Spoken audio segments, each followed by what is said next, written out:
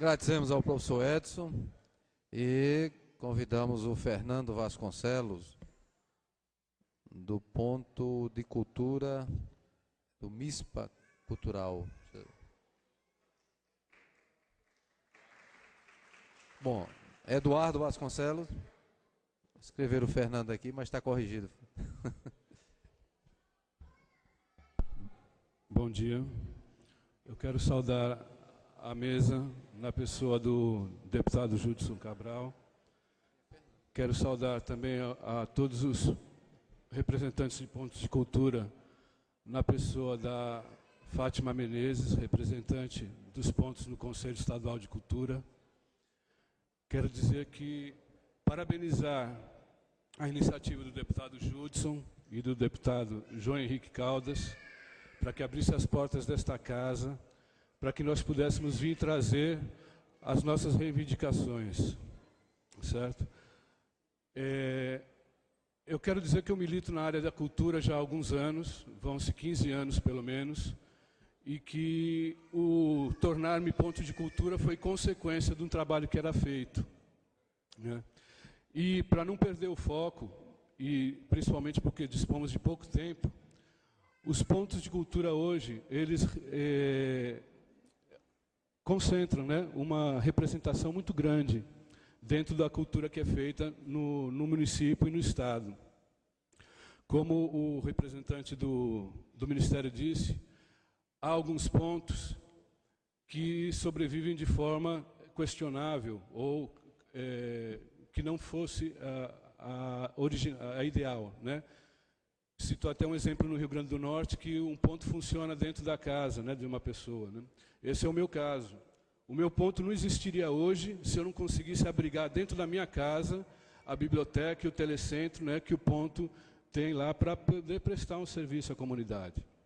Eu quero chamar a atenção também para dizer que uma coisa, quando a gente trata de financiamento da cultura, é falar sobre as leis de incentivo à cultura. As leis de incentivo à cultura não são política pública, nem governamental, nem pública, conforme a distinção que o Fábio fez. Ela nem vem de cima, nem vem de baixo, ela simplesmente existe para dar guarida às manifestações.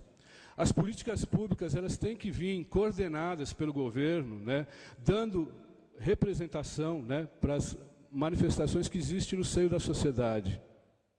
E aí sim, o governo tem o dever e a obrigação de coordenar essas ações e selecioná-las, né, para que elas possam acontecer com ordem, né, e principalmente com parcimônia, tendo em vista que os recursos são escassos, né? A gente fala aqui de esmolas, de migalhas, né, e com os pontos de cultura não são diferentes, não é diferente.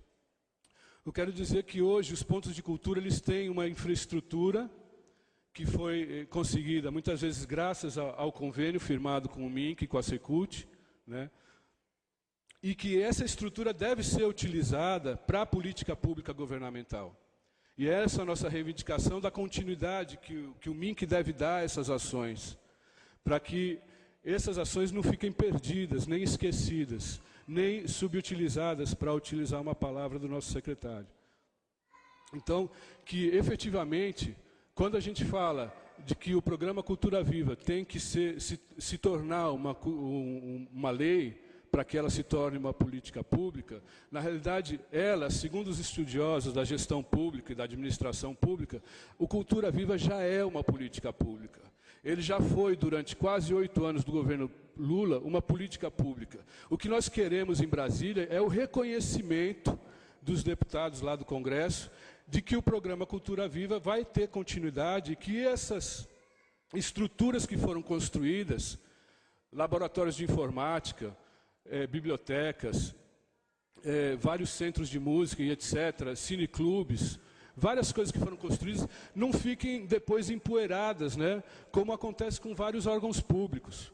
A grande vantagem de se trabalhar com ONGs e organizações do terceiro setor hoje é a agilidade que nós dispomos na execução de tarefas e de ações.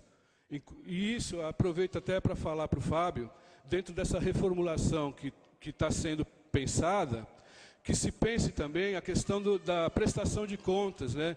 E que a gente fique desvinculado da Lei 8666, que nos impõe cargas pesadas, né? Para execução das nossas atividades. De modo que a gente possa ser, tendo em vista que muitos agrupamentos são informais, né? Que a gente possa também ter uma prestação de contas diferenciada.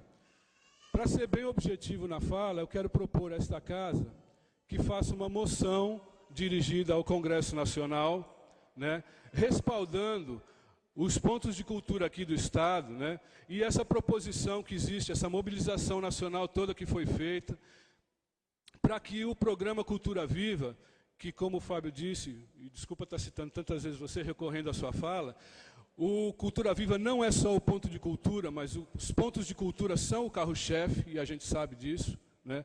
Então, que o programa Cultura Viva venha a ser efetivamente uma política pública do governo, e assim a gente não vai ter mais tantas estruturas obsoletas, né? Eu agradeço aqui a oportunidade, tá certo? E obrigado a todos. Nós agradecemos ao Eduardo Vasconcelos e gostaríamos, Eduardo, depois que você redigisse a proposta da moção, para que a gente possa... Pode, a Comissão de Educação e Cultura. Bom, nós agora convidamos...